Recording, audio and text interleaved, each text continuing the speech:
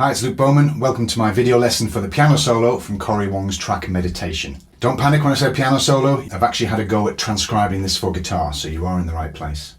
Hopefully you've already seen my video for Cory's parts on this track. If not, there is a link below, so check that out. But when I first heard this track, I was really blown away by Kevin Gastonguay's piano solo. It's a great piece of music, it builds up beautifully over the track, and it just made me think, I wonder how that would sound on guitar. Because it's mostly single line playing, something in my head said that might sound good on guitar. In a minute, I'll show you the playback video that I've recorded so you can have a listen yourself. What I think you will find is that there's some great licks that really work well on the guitar and sound very different to the kind of things that we usually play. It is very good to listen to other musicians and see how they're playing things on their instrument. So hopefully you can take a few of the licks from here and use them in your own playing. I know I'm certainly going to. I've learnt a lot from doing this. As always, if you do enjoy the video, please give it a like and also subscribe to my channel. I am trying to get the subscriber numbers up, so any help you can give there would be great. So feel free to share it. Please also check out my Facebook and Instagram pages. Links are below. Okay, let's have a quick look at the playback video.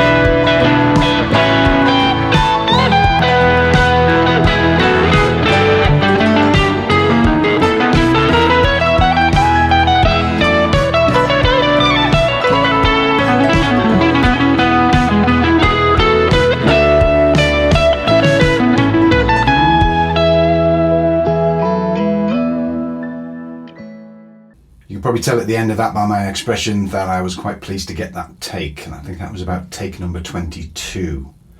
And it's still not perfect, so please don't hold my playing against me. The more important part is what we can all learn from this transcription. Before we actually get into lessons, a few things I wanted to go through. First of all, this is purely my interpretation of what Kevin was playing on that day. Because it's on piano, there are certain parts where he's moving up and down the octaves where it was just either getting too high or too low on the guitar. So I have had to move things around a little bit to try and make it fit. When I say my interpretation, it's what I feel is the easiest way to play this. That is by no means the right way. So feel free to take it and try it in different ways. There might be better ways to finger this on the fretboard. I spent a lot of time deciding whether I should be sliding into notes or bending. The tone I've used, I've gone for a pretty neutral tone. Certain parts of this you could really rock it up, I think. So please do what you want with it and have some fun. Second part is the rhythm of this. So Kevin, when he's playing it, he's playing pretty much a little bit behind the beat. So didn't realise this at first. I transcribed it, thought I had all the notes through, and when I played it back on Guitar Pro, which is how I transcribe things, it just sounded pretty dull and boring because everything was on the beat. So when I slowed it down, you can try this yourself if you've got an app that does this. A lot of the notes he's hitting, it's a fraction after the beat, and it really gives it that kind of groovy feel, that syncopated feel. I've tried to notate that in the best way possible. So when you do see it, there's a few 30-second and even some 64-note rests or tied notes. I'm using that just to move it to where I believe it sounds like it's being played. It's been over 25 years since I've been in music school. I'm by no means an expert. There may have been a better way to notate this. What I would suggest is doing what I did, which was learning the notes and then playing along with Kevin to get the kind of feel and the timing for it. Okay, we're going to zoom in a moment and get on with the lesson. I'm going to go through this fairly quickly. If I went into too much detail for the whole piece, we'd be here for an hour, and I don't think any of us have that time. So it's in the key of E, and there's a lot of blues scales, both minor and major, being used in there. A lot of chromaticism, going outside the box in a few places, which is one of the reasons I really like this. I heard some of the lines that Kevin was playing. I thought, wow, what is that? What's he doing? And I wanted to work it out. So there's some great stuff in here, and some of it I'll try and talk about as we're going through the lesson. And there are some parts where you think that really shouldn't work, but it does. And please get a copy of the tab from down below. Also use the playback video which you saw earlier. It's also on my Facebook and Instagram, so you can hear how the lines sound at speed. So I'll just play through each one slowly and show you what I'm doing. Okay, let's get started. Okay, let's start with the first phrase. 2nd fret, and then hammering on from 5th to 6th, grace note, sliding up to the 7th, and then up to the 9th. Could play it, but there, I just preferred that. I just felt that was a bit more fluid. Then 7th fret.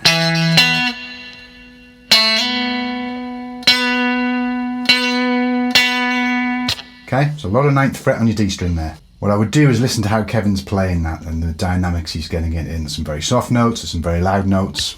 Certainly not like how I played it on the playthrough, but if you have a listen to it, you can really try and catch some of that dynamics as well. The next part, I've then moved it into octaves, which is not, I don't think Kevin's doing that, but it just filled it out a bit more on the guitar. Starting here, 9th fret and 12th fret on your D and B strings, then down to the 7th and 10th, and sliding back up to the 9th and 12th. And then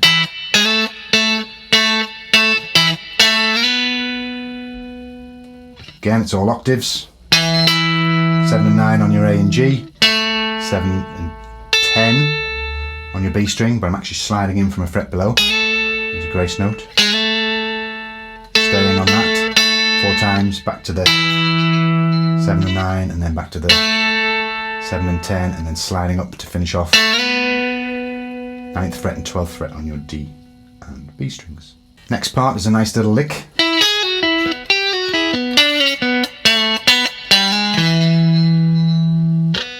Pretty much based around the E blues scale, jumping between the major and the minor 3rd.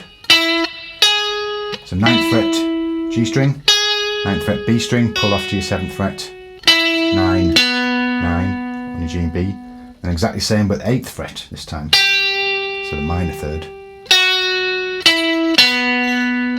And then 7th fret on your G string, pull off to the 6th fret, and then 9th fret on your D, 7th fret, 9th fret. So finishing off there with the minor to major 3rd on your D string, 5th fret, and on to the 6th fret, finish on the 7th fret on your A. The next phrase, have a very close listen to the timing of how these stabs are being hit. I actually love this part, love these little stabs, and I love the interval jumping, which is something we don't often do on guitar. I guess on piano it's more common, but I think there's some great ideas in here that you could apply. So you're hitting 10th fret on your bottom E, and then 12 and 14 on your D, and then 12 on your bottom E, and then 15th and 17th fret on your B, to your 14th fret on your D. It's pretty much all just playing E's and D's, but it's moving it around the octaves there. In terms of that counting, make sure you hit that first one. If you're thinking of your 1 E and a 2 E and a from the funk kind of thing, you're hitting that on the 2 E and a. So 1 E and a 2 E and a. Next bit kind of takes the theme a bit further. Starting here again on your 14th fret of the D string, and then jumping all the way up to the 17th and the 19th. Again, that's something we just don't do very often on the guitar. To the 17th fret twice on your B string, that 14th fret on your D again, 15th, 17th on your B, 14th fret on your G twice, back to that again, on your D string, and then 14th to 16th on your G, and then 12, 13, 14. So,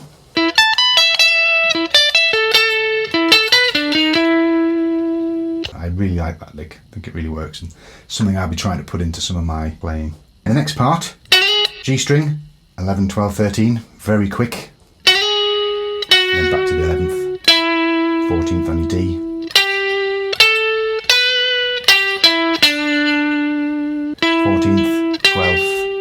your G, 14th on your G, 12th on your B, 12th on your G, 14, 12. And the next part, some double stops. The way I was playing this, I was actually plucking them. My first and second fingers on here. So 11 on your D string, 9 on your G, 10 on your D. You see the pattern here, 9 on your D, 8 on your D. So basically this note stays the same, the E on your 9th fret G string, and then you're dropping down 11, 10, 9, 8 chromatically on your D string. In terms of fingering, it's probably the easiest way to do it. But when you're plucking it, gives it a bit more snap than. Next part is a number of chromatic runs. So I've transcribed this as being very legato, so I'm pretty much hammering everything on. So the first one, just playing the first note with my right hand, the rest is all hammering on and sliding. So 5, 6, 7, 8, 9, sliding up from 8 to 9, all on your D string. And then same kind of thing, starting on the 7th fret of your A string. So I'm hammering them all on, 7, 8, 9, 10, sliding up to the 11th and up to the 12th. You could pick it if you want. I just think the way it's played, when you hear it, it's quite a mellow, almost like a lazy kind of line. Again, listen to the rhythm, it's not exact 16th notes. Next part, slightly trickier. 5th fret of your A string, hammering on to the 6th and then the 7th. There's a reason I'm using these fingers, because then I'm sliding up to the 9th fret. And then I'm playing pulled off on the bottom E's. So 9, 8, 7. If you slide up with your 3rd finger, I found that I got in a bit of a pickle trying to get back down. I guess you could do it that way, I just found it easier to do it like that. Just picking that first note of each string and either hammering on or pulling off. Next lick, starting on the 4th fret of your A string. 4, 5, 6, 7. Again, all chromatic notes, and then 5th fret of your E string to the 4th fret of your bottom E string. Again, listen to the rhythm of how he's playing it.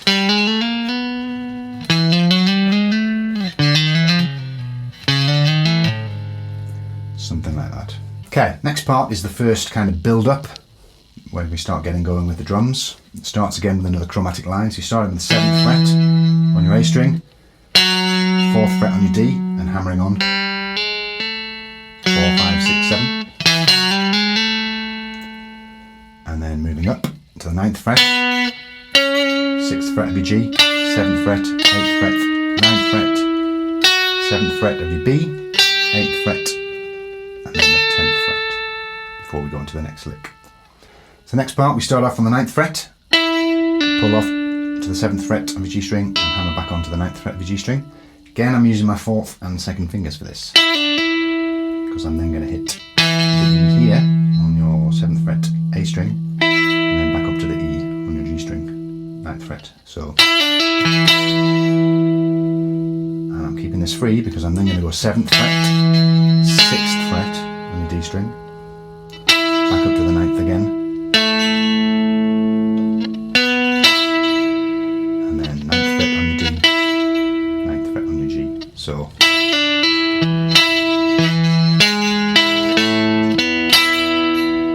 what I'm trying to do here is leave as much ringing as possible. So those two, I'm trying to keep them ringing. Still ringing, the 9th fret still ringing. Just gives it a nice.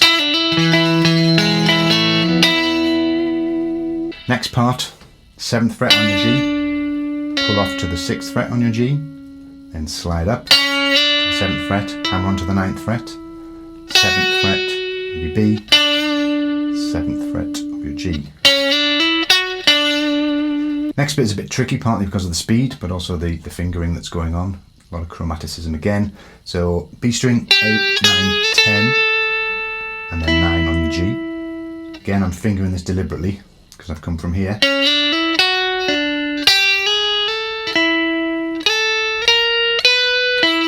next part 10, 11, 12, and then again back to that 9th fret. Then we're going to move all the way up here to the 15th fret.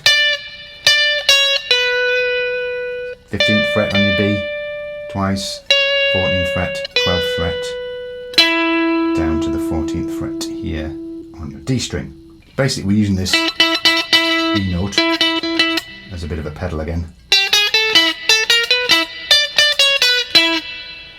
Always coming back to that note. Which again is another little melodic device, I guess you would call it. Something you can use in your playing. Next part. Back to the 12th fret here. 15th fret on the top E. 12th fret on your E. 14th fret on your B. And then a nice little lick, which is not too easy to play. 16th fret on your G. 17th on your B. 14th fret on your top E. 15th. 17th. So again I'm fingering that, just keep everything together. And then we move everything up to play the 17th again, but this time with your first finger. 18, 19, and then we're going to hit a high E. If you're all lucky enough to have a 24th fret guitar, hit your 24th fret and then come back down. 19, 17, 15. I don't, so what I'm doing, I'm bending up from the C sharp on the 21st fret up to the E. So bending it up 3 semitones to hit that note. So could do it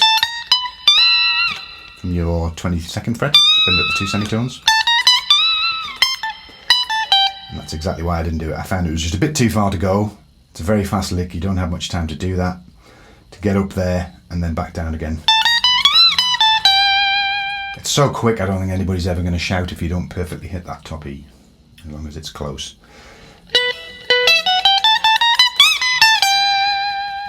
It's even faster that when you actually play it to the tempo. The next part is another of my favourite parts, and it goes like this. So 14th fret on your G, 15th fret on your B string, 15th fret on your top E, down to the 14th fret, back to the 15th, back to the 14th. Next part, 17th fret on your B, 16th fret on your B, 16th on your G, 16th on your D. Because that is all together, I'm kind of barring it. The next part is exactly the same, but down 2 frets, 15, 14, 14, 14. Because it's quite quick, you don't have time to finger each fret individually. Kind of roll your first finger across so they're not ringing on. You don't want, you want.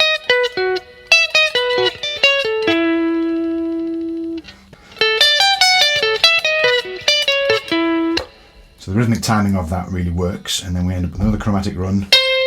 17, 16, 15, 14 on your G string, down to the 17th fret on your D.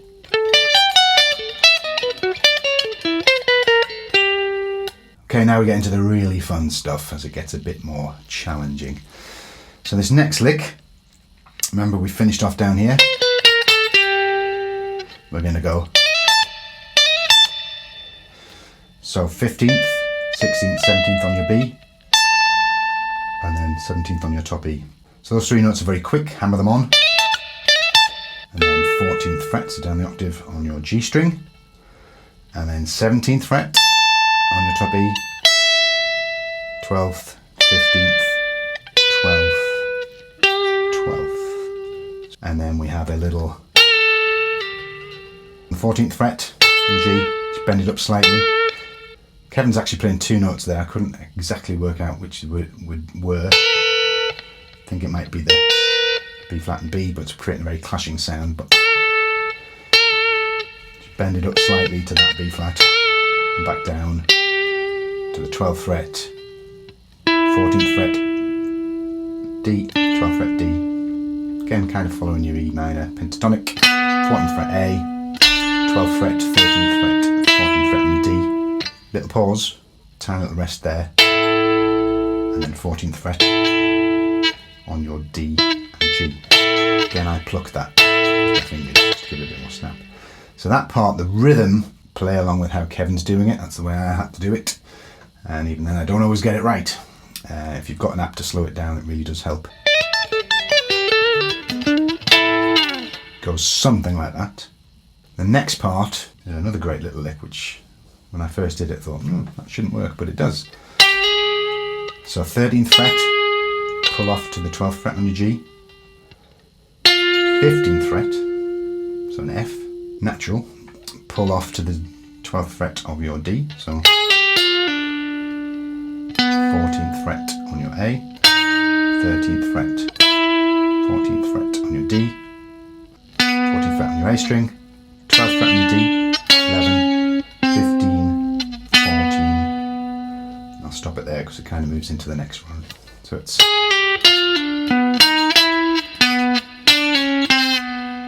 again some strange sounding notes in there, and definitely creates a bit of a clash against underneath, but it sounds really good because it resolves back to where it should. And then we have this next big run up as the drums are building. 11 on your A string, 14 on your A string, 14 on your A string, 11 on your D, back to the 14, 13 on your D, 14 on your D, back to the 14 on your A. So it's a strange one. It took me a while to just get my head around that. And then we jump up to the 11th fret on the G, 12th fret, which is moving up chromatically, 13th, 14th, 15th, all on your G. On your B string, 12, 14, 15, 16, 17 at the end of the bar just before the beat hits. So it's a great little run up.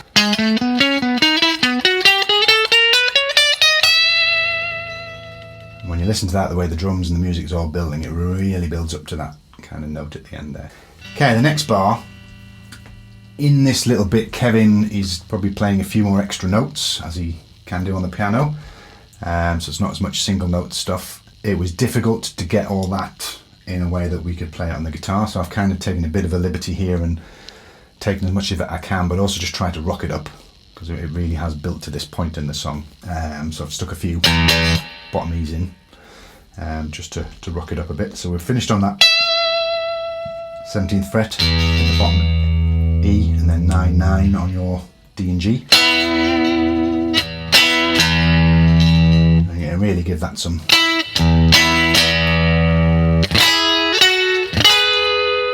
This is kind of back to the main melody of the song. So 9-9 on your G and B. And then 11 and 10 on your G and B. Up to the 13th and 12th on your G and B. Hit the bottom E again. And then 12-12 on your top two strings. So.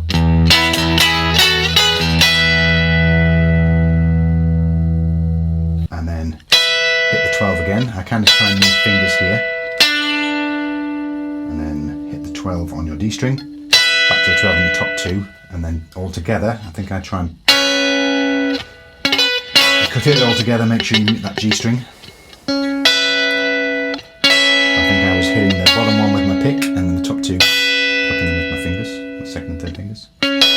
So, and then 12 on your B, 15 on your top E, and then move that up to the 17th on your top string, keeping the 12th fret here. Bend up that 17 down to the 15, so don't bend it back down.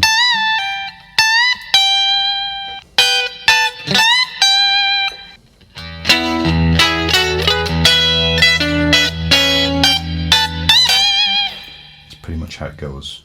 And then the next part, hitting the bottom E again. And I'm hitting 14th fret on your D string, 16th on your G, 19th on your B string. So it's kind of a sus9 on your Add9 chord. Twice. Pick it out, 14th, 16th, open. And then same as we did before, but this time we're going to 14th fret on your G, 15th fret, and 15th fret on your top string, on your top B and E strings.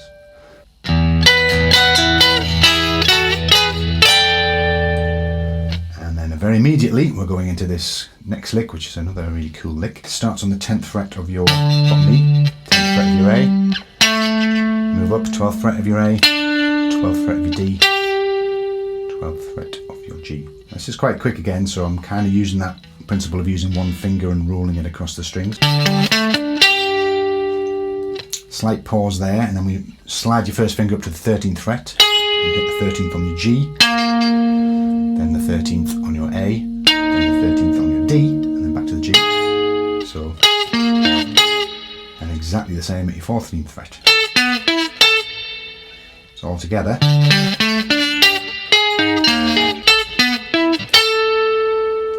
And then we move 15th fret, 16th fret of your B, 14th fret, 17th fret of your B, 14th fret, 15th fret of your E, hit the 15th fret again and slide it straight up, or hammer it on, whichever you want to do, to the 16th fret, back down to the 15th,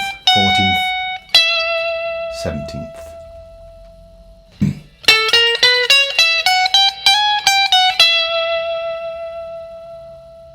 Again, we're getting pretty fast at this point, so start it slowly and build it up. Next part, coming to the bar that I found, or the phrase that I found the most difficult. So down to the 15th fret of your B, 18th fret of your G, 17th fret of your B, 16th fret of your G, up to the 18th fret of your G, back to the 16th. So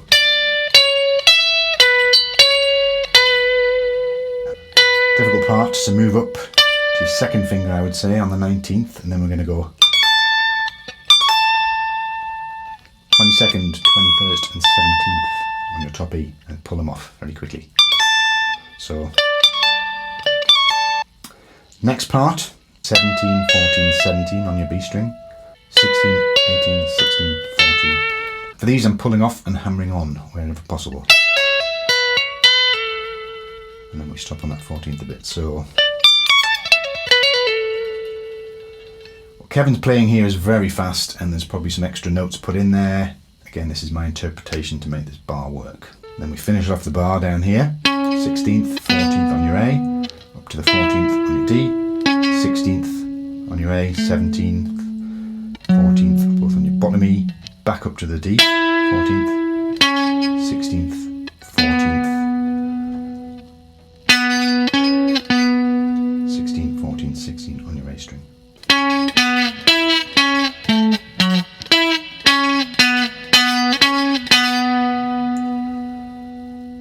Then we move into the final run, 14, 11, 14 on your A, 14 on your D string. At some point you need to move your hand. I guess the sensible way would be to play it like this. To the 13th on your G, 14th on your G, 16th on your G, and then up to the 17th to your top E on your B string. Up to that 17th fret. And the very final part, down to the 15th fret, back to the 17th, and then 17, 14, all on your B string still, 16th on your G, jump across to the 14th on your A, 16th on your A, 14th on your E, 16th on your G, to the top B string, 17, 16, hold it for a little bit, and then to the 17th on your B string. The piano actually does continue as Cory kind of finalises the riff as the song comes to an end. It does finish with some very high notes. I didn't go that far. I thought that was a nice place to end the solo. I haven't really talked about the theory behind a lot of this. Hopefully you can recognise a lot of the scale patterns, a lot of the E major arpeggios and scales, kind of things that we often play. Again, what I love about the solo is that it's jumping around in ways that we don't tend to do on the guitar, and coming up with licks that aren't typical to a guitar, and I think it's a great way of learning and developing your playing. It's certainly something I'm going to do some more. There's a certain sax solo on the same album which I do quite like the sound of, to see if I can make that sound good on the guitar, so let's see if that happens. But thanks so much for watching. I hope you get something out of it. Any questions, please let me know, and enjoy playing it. Thank you.